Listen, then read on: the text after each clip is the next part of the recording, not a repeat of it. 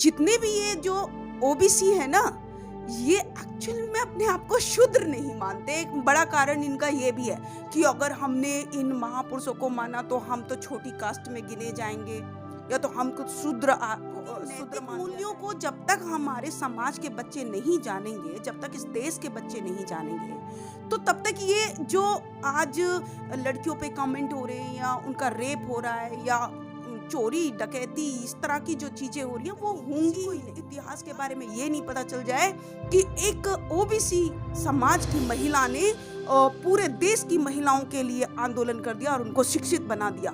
तो ये उस इतिहास को दबाना चाहते हैं। इनकी साजिश जो है पहले से ही ये रही है कि वो साजिशों के तहत हमारे इतिहास को सामने नहीं आने देते। चाहे सरोजिनी नायडू की बात करें या इंदिरा गांधी की बात करें, इनको तो पढ़ाया जाता है, लेकिन इस देश की प्रथम शिक्षिका को क्यों आज भी हाशिए पर रखने का काम सरकारें कर रही हैं? हताश नहीं हुई, निराश नहीं हुई, उन्होंने चोटें भी खाई, उन्होंने विरोध भी सहा और उन्होंने गोबर कीचड़ उनके ऊपर फेंका जाता था और कहा जाता था कि ओ ये चलिए पढ़ाने के लिए, हम नहीं पढ़ाने देंगे, ये पाप कर रही है, ये खुद पापिन है। इस तरह से लोग उनको बोला करते थे।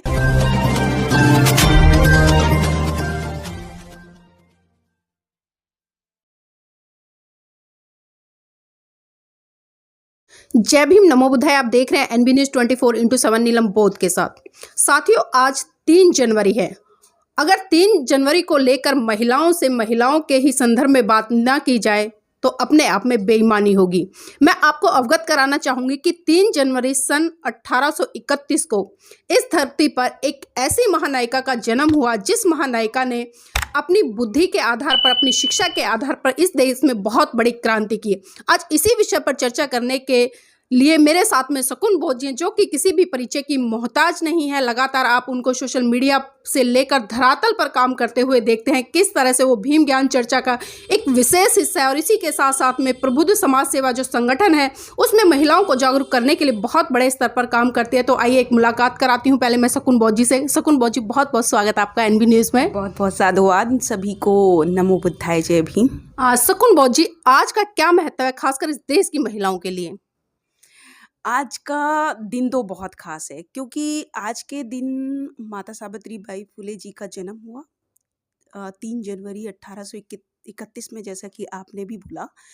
आज मतलब अगर माता सावित्री बाई फुले नहीं होती तो आज मैं यहाँ पर खड़े होके या बैठ कर नहीं बोल पाती, या मैं आज जहाँ पर हूँ, आप आज जहाँ पर हैं वो नहीं हो पाते, क्योंकि माता सावित्री बाई फुले ही एक ऐसी मैं कह सकती हूँ हम लोगों के लिए मसीहा हैं, खासकर भारत की महिलाओं के लिए, क्योंकि उन्होंने ही पहला स्कूल हम भारत की तमाम जितनी भी औरतें हैं, मतलब आज अगर कोई पढ़ पा रहा है तो स्टार्टिंग जो की, शुरुआत जो की, वो माता सावित्री बाई फुले जी ने की। और 1 जनवरी 1848 में उन्होंने पहला स्कूल महिलाओं के लिए खोला। जिन महिलाओं को ये कहा जाता था कि अगर ये स्कूल जाएंगी तो बहुत बड़ा पाप हो जाएगा, प्रलय आ जाएगा, इस तरह से जो बहुत सारे लोग जो ये कहते थे कि महिलाओं को घर की 4 दीवारी में रहना चाहिए, उनको पढ़ने का कोई अधिकार नहीं होना चाहिए। पढ़ने का क्या, उनको किसी भी चीज़ का कोई राइट नहीं होना चाहिए। वो महात्मा ज्योतिबा फुले और माता सावित्री बाई फुले ने दूर किया और महिलाओं को वो सामान्यता, वो हक जो उनसे शिक्षा जो छीनी गई थी, उस शिक्षा से रूबरू कराया। और आज उसी शिक्षा के बल पर इस भारत की नारी जो है वो तरक्की कर रही है, विकास कर रही है। जी शकुन बोध जी, अगर मैं उस समय की बात करूं तो सन 1840 में मात्र 9 वर्ष की उम्र में उनकी शादी होती है और सन 1848 में पहला स्कूल खोला जाता है महिलाओं के लिए। तो इन दोनों चीज़ों को और खासकर उनकी उम्र को आज किस तरह से देख रहे हैं आप? उनकी उम्र देखिए, जब उनकी शादी हुई 9 वर्ष की मात्र थी वो, और उस वक्त वो पढ़ी लिखी नहीं थी। लेकिन जो महात्मा फुले जी जो थे, ज्योतिबा फुले, जिनको हम राष्ट्रपिता कहते हैं और हैं भी वो राष्ट्रपिता ही, तो उन्होंने माता सावित्री बाई फुले जी को पढ़ाया। और जब उन्होंने पढ़ाया तो क्योंकि वो चाहते थे कि महिलाएं उनको वो अधिकार मिलने चाहिए, वो क्योंकि 50% की आबादी होने के नाते अगर एक सभ्य देश बनता है, एक अच्छा देश बनाना अगर हम जानते हैं, तो जी। हमको महिलाओं को आगे लेकर आना पड़ेगा, उनको शिक्षित करना पड़ेगा। ये महात्मा ज्योतिबा फूले समझ गए थे और इसी के चलते उन्होंने पहले अपनी वाइफ को पढ़ाया, यानी कि माता सावित्री बाई फूले को, और फिर दोनों ने मिलकर, कितनी छोटी उम्र थी, मतलब सोच लिए 17 साल उनकी उम्र रही उस टाइम, 9 और 18 19, हाँ। जी। तो इतनी कम उम्र में ही उन्होंने पहला स्कूल खोला, और जब पहला स्कूल खोला तो उसमें 9 छात्राओं को एडमिशन मिला, जो सभी सर्व समाज की थी।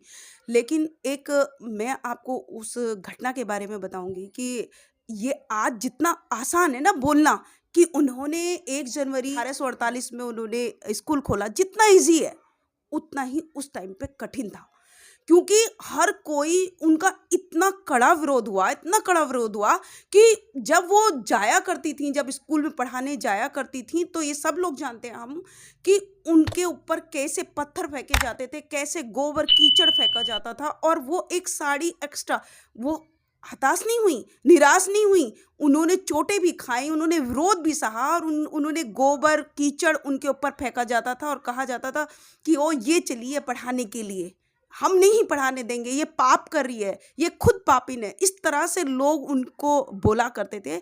लेकिन महात्मा ज्योतिबा फूले जो थे, उन्होंने कहा कि नहीं, तुमको निराश नहीं होना, और माता सावित्री बाई फूले ने भी ये कहा कि चाहे मुझे कुछ भी क्यों ना सहना पड़े, लेकिन मैं इस भारत की महिलाओं को सक्षम बनाकर रहूंगी।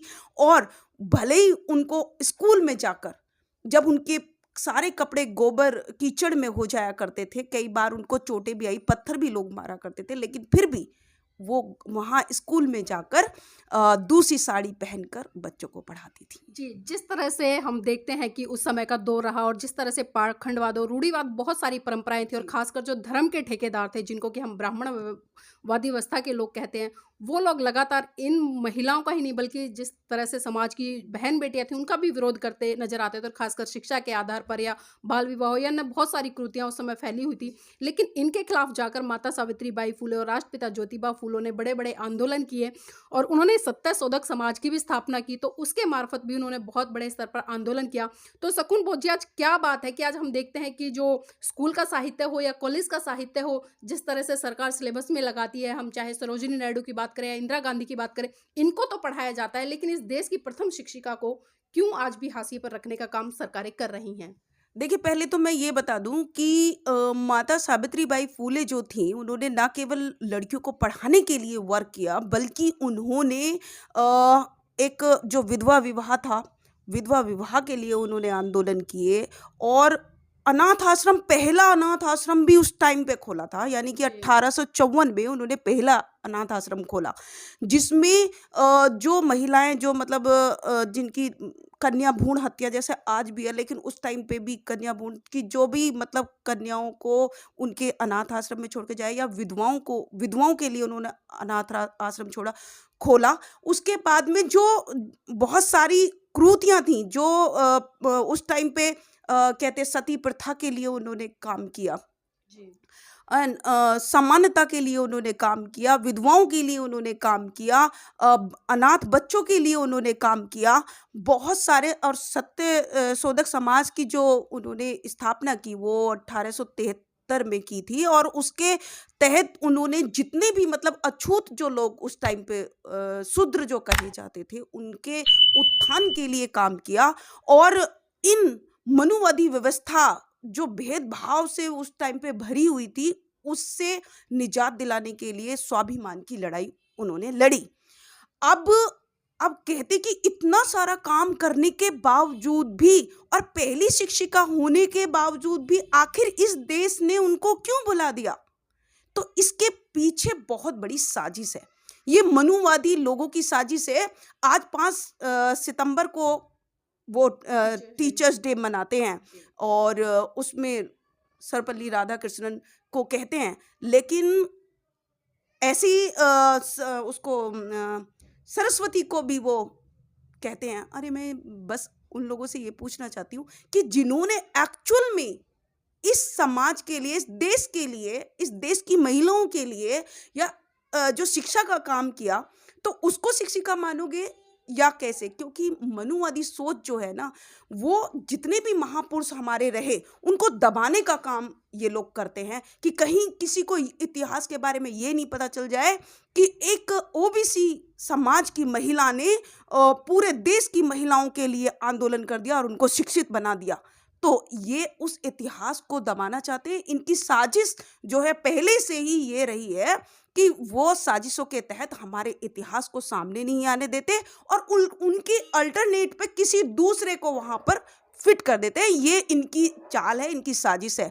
लेकिन आज आपके जैसे लोगों की वजह से, आप बहुत सारे लोग मीडिया में, आप लोगों का मैं बहुत तहे दिल से धन्यवाद करना चाहती हूँ, साधुवाद करना चाहती हूँ कि आप लोगों की मेहनत की वजह से, आप लोगों के चैनल के माध्यम से आज भले ही इन लोगों को तो कोई फर्क पड़ रहा हो या ना पड़ रहा हो, लेकिन एससी एसटी ओबीसी समाज जाग रहा है।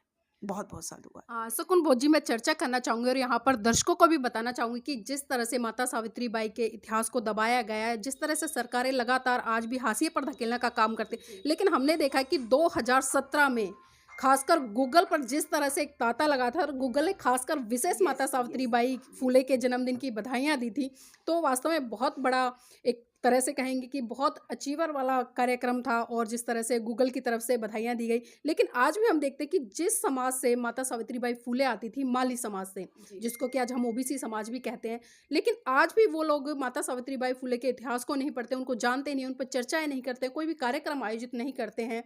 तो इसका क्या कारण है? देखिए, इसका सबसे बड़ा कारण जो है अज्ञानता है। एक्चुअली वो जानते ही नहीं हैं। अब उनको पता नहीं है, लेकिन जैसे-जैसे धीरे-धीरे लोग समझ रहे हैं, जाग रहे हैं, पढ़ रहे हैं या आप लोगों के माध्यम से जो चीज़ें देख रहे हैं, तो कुछ-कुछ माली समाज के लोग आने लगे। अब क्या है कि जितने भी ये जो ओबीसी है ना, ये एक्चुअली में अपने आप को शूद्र नहीं मानते। एक बड़ा कारण इनका ये भी है कि अगर हमने इन महापुरुषों को माना तो हम तो छोटी कास्ट में गिने जाएँगे या तो हमको शूद्र मान लिया जाएगा। अरे कब तक? मतलब इस देश में शूद्र लोगों ने ही इतिहास रचा है।